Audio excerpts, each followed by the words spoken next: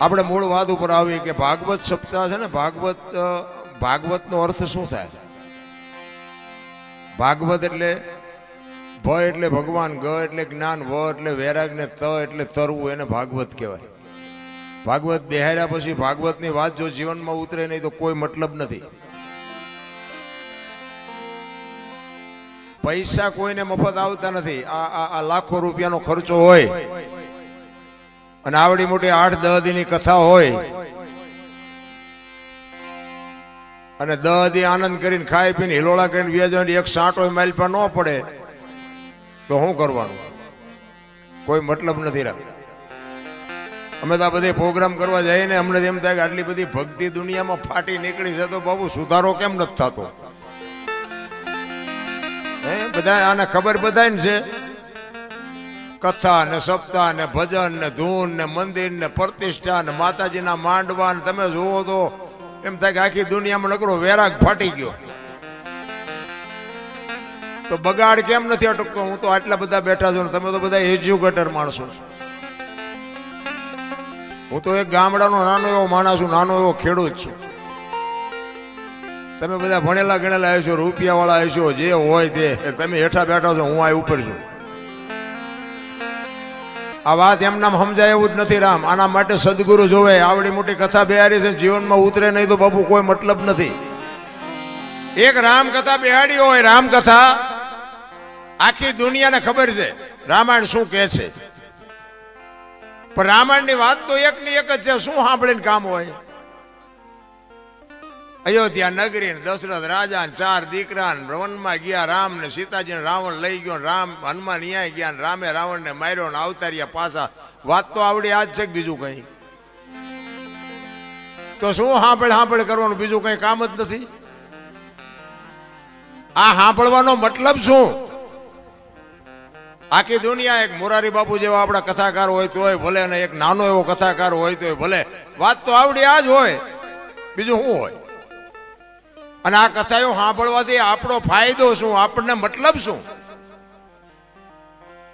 આપણા સદગુરુ મહારાજને આપણે પૂછવું તો જોવે ને કે આ બધું કરે છે, દુનિયા કરે છે, એ વાત ખોટી છે એવી આપણી વાત નથી. પણ આ કરવાનો મતલબ શું છે એ તો આપણે કંઈક પૂછવું જોવે ને. પણ રામકથા તમે બેહાડી હોય, લાખો રૂપિયાનો ખર્ચો કર્યો હોય અને વક્તા કથા કહેતો વાત કરતો હોય કે રામ અને ભરતનો પ્રસંગ આવે અને એ પ્રસંગ સાંભળ્યા પછી નાનો ભાઈ ને મોટા ભાઈનો વિખવાદ હોય અને નાનો ભાઈ ઘરે આવીને મોટા ભાઈને જો બથ ભરી લે, સમજી લેજો કથા બેહાડી.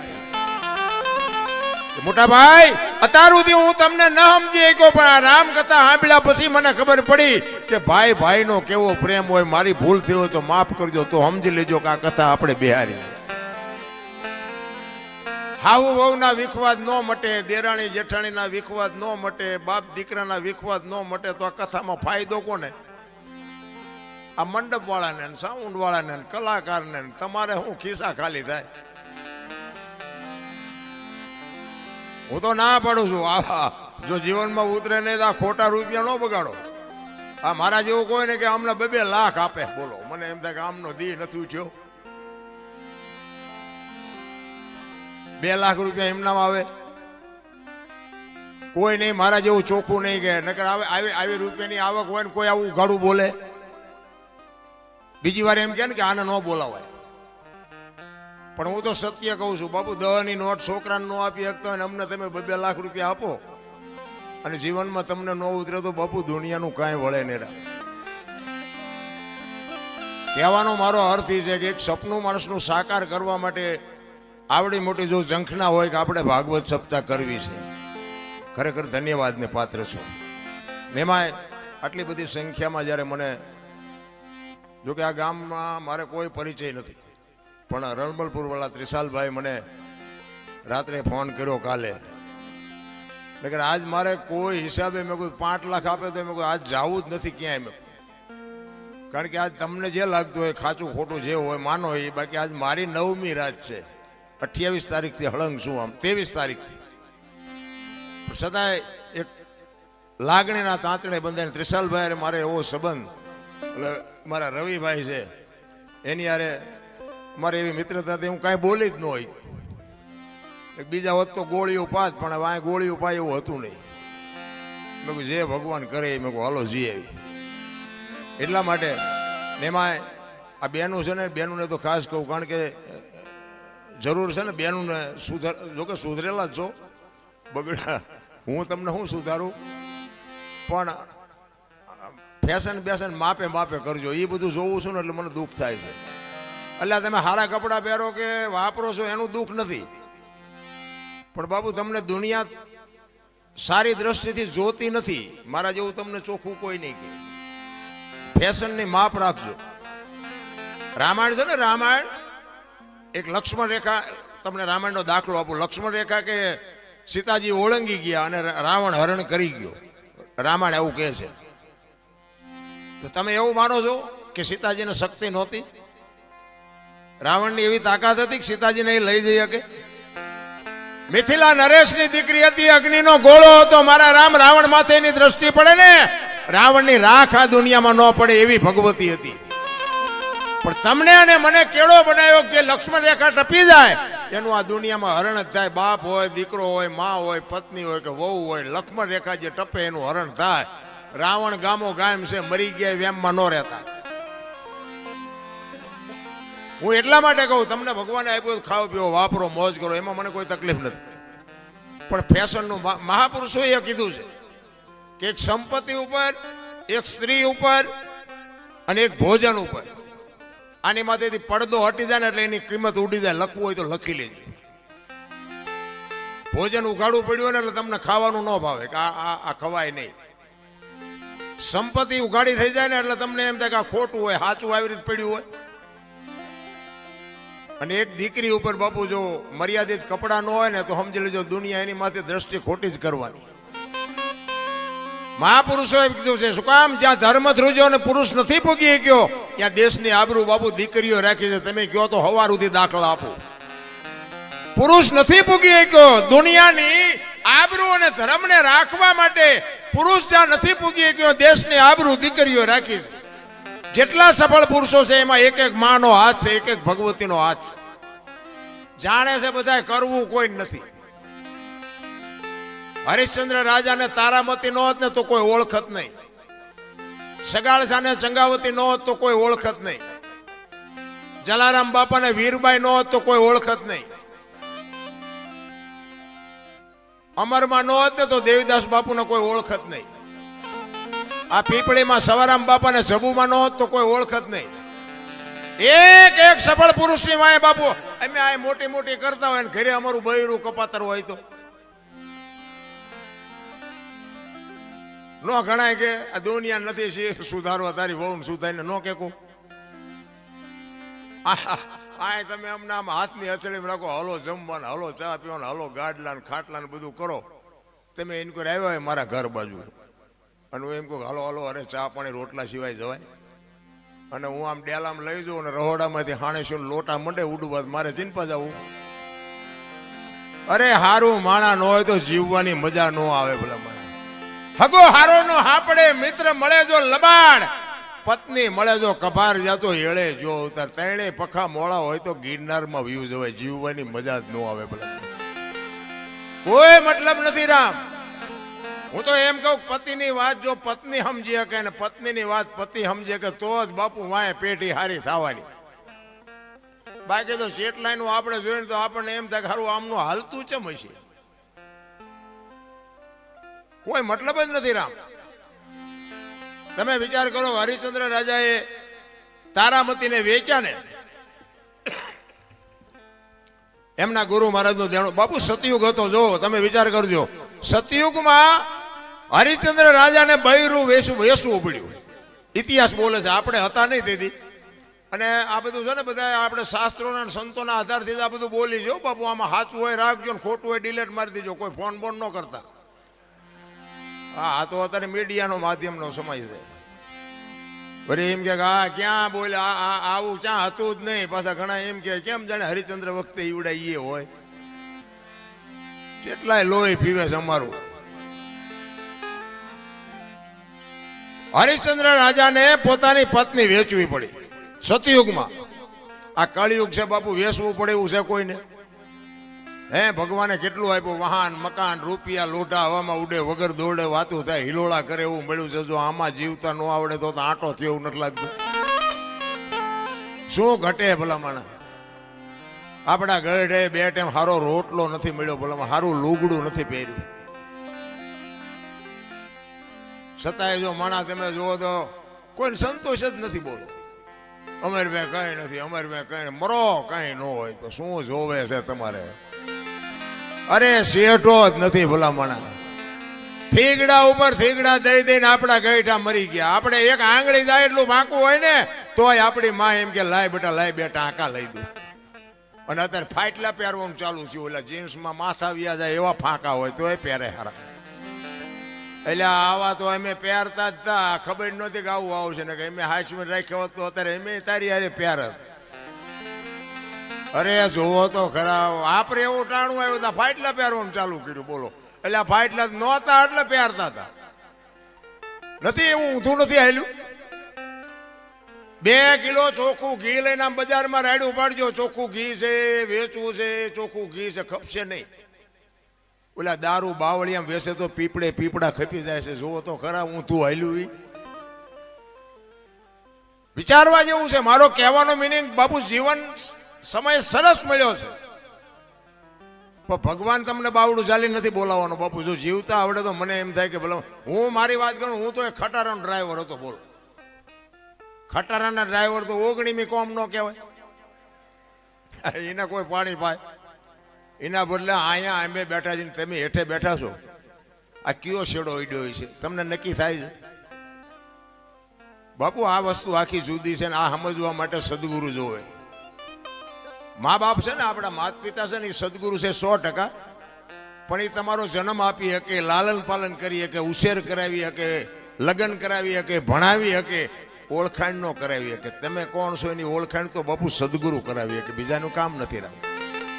સદગુરુ જ્યાં સુધી ન મળે ત્યાં સુધી તમને તમારી ઓળખાણ ન થાય. અને તમારી ઓળખાણ ન થાય તો સમજી લેજો તમે માણાના અવતારમાં એક કૂતરું આવીને વીવી ગયું ને એમ તમે વીઆઈ ગયા. મીરાએ કીધું આત્માને ઓળખ્યા વિના 184 નહીં મટે, તમારી ભ્રમણા ભાંગ્યા વિના ભવના ફેરા નહીં મટે. આપણી ગત ગંગા છે ને, જેસલ તોરલ રૂપાદે માલદે કતીબજા હુરમબાઈ લાખો લોયણ જતો ભગત ખીમડીયો કોટવાલ ડાલીબાઈ રામદેવજી હાલો હુરો વણવીર ઢોંગો નિરલ કુંભો, આ બધા ગતના ગોઠી હતા ને. એમાં સ્ત્રી હતી, પુરુષ હતા, અમીર હતા, ગરીબ હતા, તમામે તમામ સમાજના હતા. બાપુ ખોળિયા જુદા હોય ને જીવ જો એક થઈ જાય ને તો મરદા તો અત્યારે બેઠા થાય. ઈને ગત ગંગા કહેવાય. પણ ભજન એમના સમજાવું. હું તમને એક જ વાત કહું, ભોળાનાથ નો દીકરો કે ગણપતિ નું માથું ભોળાનાથે કાપ્યું અને હાથીનું લગાડ્યું એમ કે ને બધા ફોટામાં જોઈ, મૂર્તિમાં જોઈ, શું થયું? એ ભોળાનાથે માથું કાપ્યું અને હાથીનું લગાડ્યું. બધા આપણે મૂર્તિમાં ફોટામાં જોઈ ને, તો હું એમ કહું છું પેલું કાપ્યું ત્યાં જ નહીં પડ્યું હોય, હાથીનું શું કામ ચોંટાડ્યું છે? આ કોઈ ભણાવતું નથી એટલે તમે અમને સાંભળો છો. કાપ્યું હોય તો અહીંયા જ પડ્યું હોય ને, તો ઈ નો ચોટાડી શકે ને. હાથીને કાપીને અને હાથીનું માથું ફીટ થાય, માણસ શરીર ઉપર માથામાં ફીટ થાય, હાથીનું આવડું હોય. હવે આ 4 આંગળની જગ્યા હોય, માથે ફીટ થાય. એટલે આ બધું છે ને અટપટું છે. ચિત્તની શાંતિ, મનની પ્રશંસા, દિલની દાતારી, ગુમડાની રોજ અને ટાઢિયા તાવની ટાઢ આટલું માલકુરથી આવે. ભજનનું ઊંધું છે. ગુમડું થયું ને, ગુમડું એને દવા લગાડવાની હોય ઉપરથી મટે માલપાથી, એટલે નથી સમજાતું. તમે બધા કરોડપતિ છો, તમે મને બોલાવો? કોઈ નથી બોલાવે એવું બાપુ. પણ આ અંતરના ઊંડાણની કોક વેધુને કરાય વાત, આને સોરે નો સિતરાય સિતની વાતું શંકરા. અમારે ઘણું કેવું છે, પણ કહેવાનો મારો મિનિંગ ઈ છે કે માં હોય મોટે બોલું, માં એ હાથે નાનપણ સાંભળે. એ મલક બધાની મજા પછી કડવી લાગે કાગડા. એ આ જનેતાને હું એટલા માટે કહું છું, આ દીકરીઓને મારે કહેવાનો અર્થ એટલા માટે છે કે તમે એમ કહો ભગવાન મને હારો દીકરો દે, હારો દીકરો દે. શું અહીંયા ગોદામ છે? હે અહીંયા દુકાન છે? હારા દીકરા બાપુ માં સંસ્કાર આપે તો જ હારા દીકરા થઈ શકે, બાકી એમના તમે હારો દે એમ કરી મેળ ન પડે. પણ હું તો બહેનોને ખાસ વિનંતી કરું, હાથ જોડીને કહું, હું કોઈ સલાહ દેવા તમને આવ્યો નથી, અને મારી સલાહ તો શું મારી લાયકાત હતી હું તમને સલાહ આપું. પણ મારો કહેવાનો, મારી વાતની અમુક બાપુ નોંધ કરજો અને એનો અનુભવ કરજો. હું કોઈ પાવરની વાત નથી કરતો, પણ તમારે સારા સંતાન જોઈને તો મારી એક જ ભલામણ છે કે ઉદરમાં સંતાનનો વિકાસ થતો હોય અને જન્મ થયા પહેલા રામાયણ ને ગીતાના 5-5 પાના વાંચજો. જો આપને સંતાન થાય એવું આ ટેકો દેવું દીકરો ન થાય તો બાપુ મારું નામ તમે જોડો ઘા કરજો.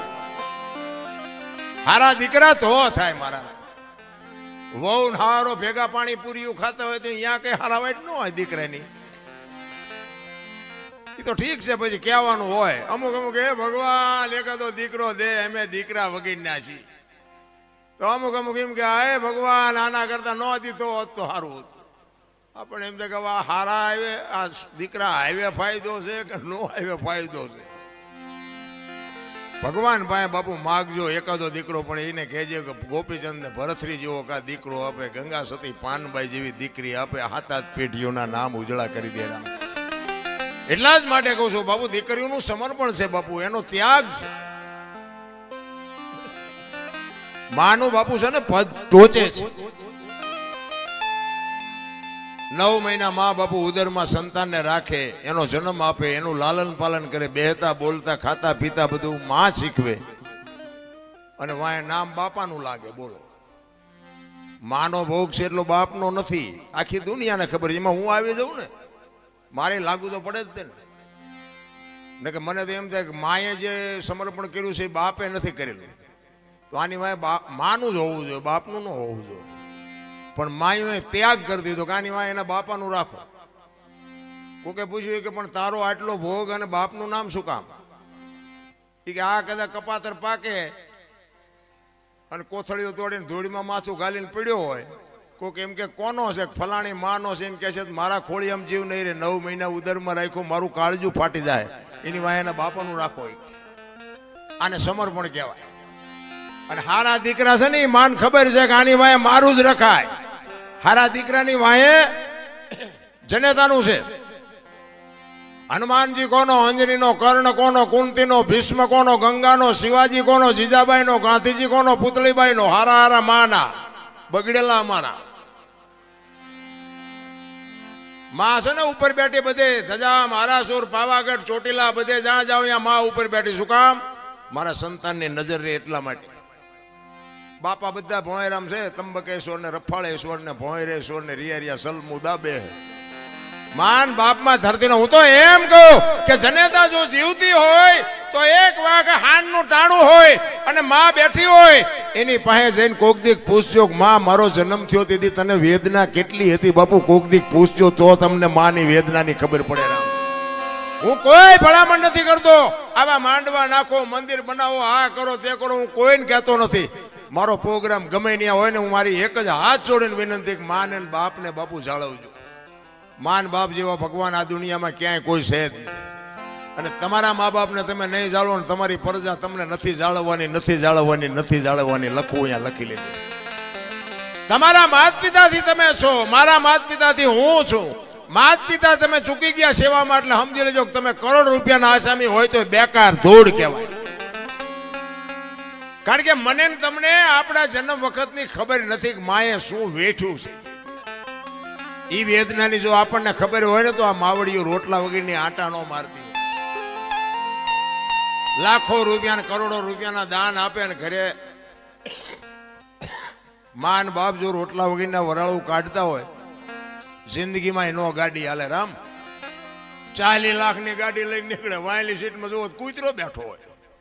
બોલો, લબરક કરતો. હવે આમાં માને બાપાને બેહર્યા હોય તો અરે અમને સારું જોડું નથી જડ્યો, અમારો દીકરો કેવી ગાડીમાં ફેરવે, જિંદગીમાં કાંટો ન વાગે. કાંટો રામ કરવાની જરૂર આ તો કે તમને ન ખબર પડે, તમને એમ જ કરે. બોલો, એટલે આ નહોતી ખબર એટલે 100 વીઘા રાખી હતી, તું 10 વીઘાના ઉલાળિયા મીડો કરવા. અમને ખબર છે પણ જાવું ક્યાં?